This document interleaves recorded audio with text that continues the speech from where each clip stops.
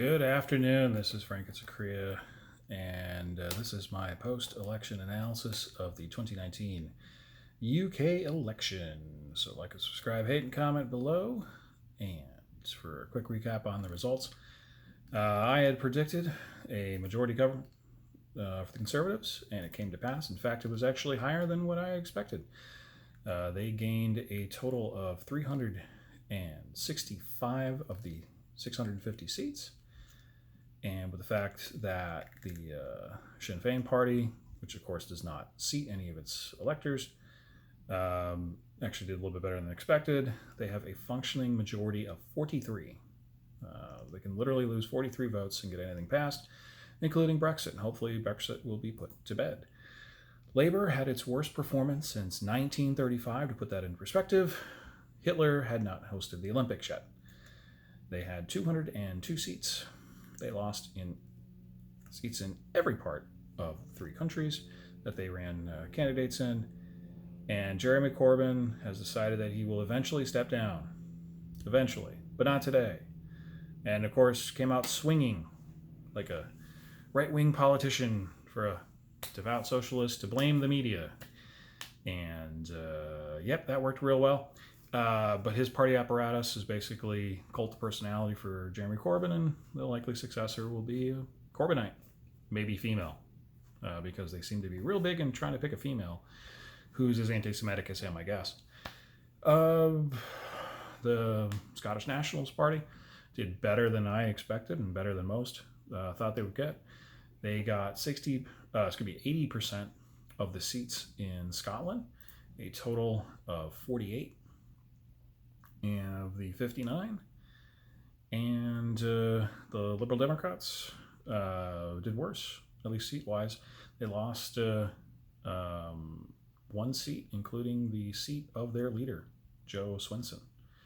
She lost her seat in Scotland, as basically everybody did in Scotland who wasn't a nationalist party. On the Northern Ireland side, the nationalists they won an equal amount of shares, I guess half the seats. They won 9, 7 for Sinn Féin, of course, who does not sit in Parliament, and 2 by the Social Liberal Democratic Party. The DUP, which usually aligns with the Conservatives, lost a seat, and the Alliance gained a seat. The Alliance does not take an opinion on nationalism or unionism to support the UK. From the various countries, Wales, I thought the Conservatives would do better. They actually hit the number that I thought, but I thought the Liberal Democrats would gain seats. They didn't get any seats in Wales. Labour did lose seats there. And then in England, Boris Johnson got a majority. If he didn't win a seat in Scotland and Wales, which he did pick up a handful, he would have hit the magic target solely on England. The Conservatives won in areas where Brexit did very, very well. They won in areas where Brexit did very, very poorly.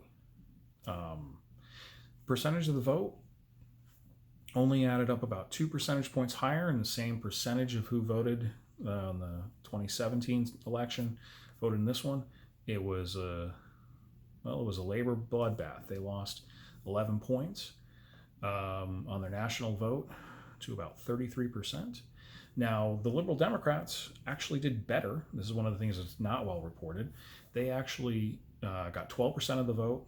But again, this is a drawback of first past the post. They lost a seat, and of course they lost Jo Swinson's seat. To the joy of the SNP leader, she was seen on Sky TV doing like the happiest dance ever, which is kind of not fair. You know, her person won the seat, so of course she'd be happy. Scottish Democrats, or the Scottish Nationalist Party, the calls for referendum are going to go through. But see, here's one of the things. Boris Johnson may be a lot of things. He may have hair worse than mine. He may be a little goofy looking. He's not as stupid like Elizabeth May or Cameron. He's not going to host and allow. He's not going to allow him to vote in Scotland unless he knows that it's certain that it's going to fail.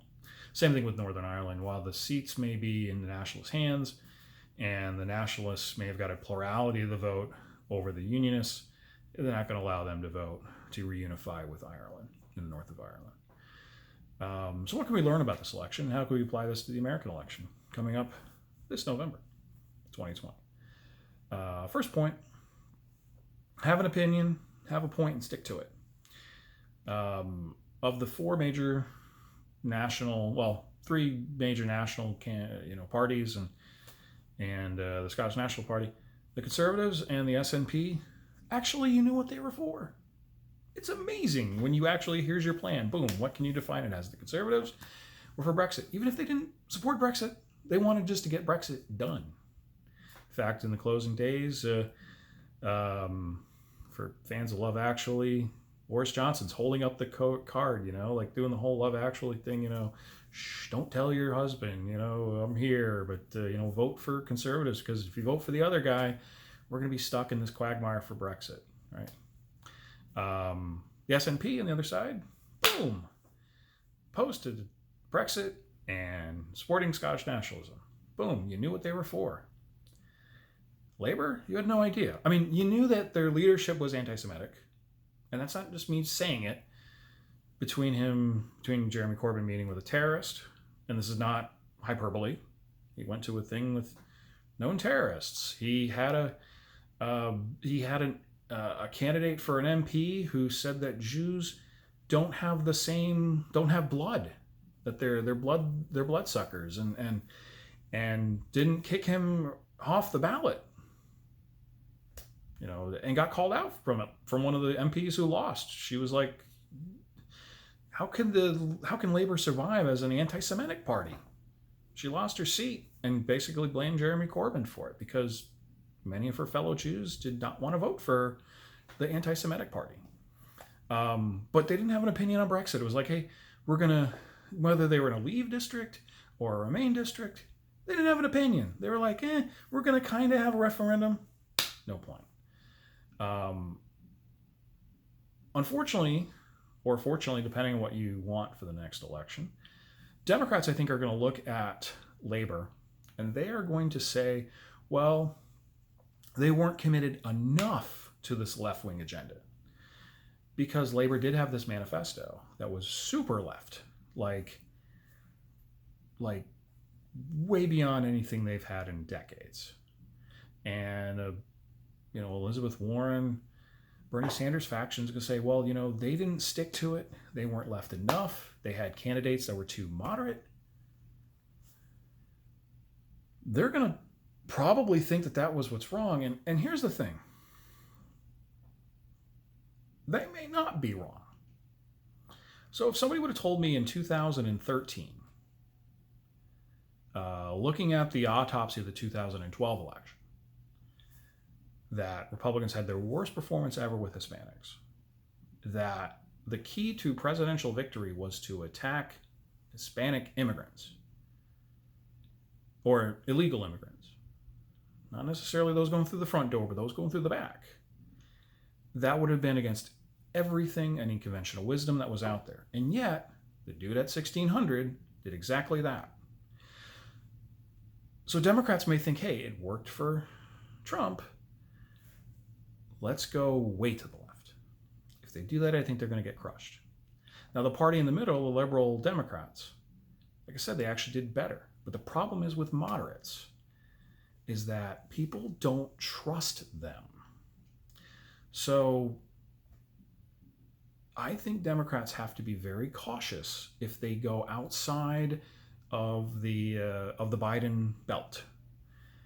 They may want Amy Klobuchar, who's a moderate with teeth, or they may want Mayor Pete, who's out of central casting. But if they can't get anything that they like, they're going to bounce them. Now, the Liberal Democrats took an opinion. In fact, in many of their writings, they changed the name of the party to Liberal Democrats to Defeat Brexit. If you were in a Brexit area, that didn't help you. If you were in a Leave area, that's a Brexit area, that didn't help you. If you were in a Remain area, well, maybe you got some of the Labour to vote for you, but you're still the moderate. And if you were in Scotland, it totally didn't help, because that wasn't their only issue. So when Democrats are voting in their primary, you got to think, you can't go to the far extreme. You also have to have somebody with some opinions. And you may not like all of them. But if you want to win the election, you may have to settle with a candidate that you like 80% of the time who's damn near 80 than the candidate that you agree with 100% of the time who can't win an election, or the candidate that you agree with 95% of the time but it's just too young for the electorate.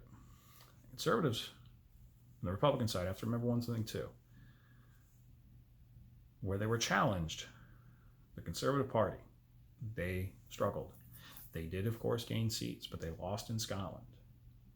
They didn't win any seats in London, any new seats in London, or any of the major cities in England. They won everything in the suburbs. So maybe they need a strategy again that appeals to the suburb voters. And you may be thinking, Frank, UK is different than the United States. Why should I care? Because in the English-speaking world that has direct elections, you can see patterns form very quickly. The Conservatives did better in Canada. Yes, they sacked their leader, and yes, the Liberal Party is still the Prime Minister, but they didn't get the majority, right? But the Conservatives did better. In England, they did better, but so did regional parties. In the United States, coming to the next election, there's going to be a bounce back effect. You've got an impeachment coming on. You need to have an opinion on the impeachment. But be leery. If you are a Republican who's going to support the impeachment, you are dead man walking or dead woman walking Susan Collins. Maybe you can survive if you're Mitt Romney and the state is 70% going to vote Republican. But for the rest of you, you got to be cool. And if you're a Democrat, you have to support the impeachment even if you don't believe in it.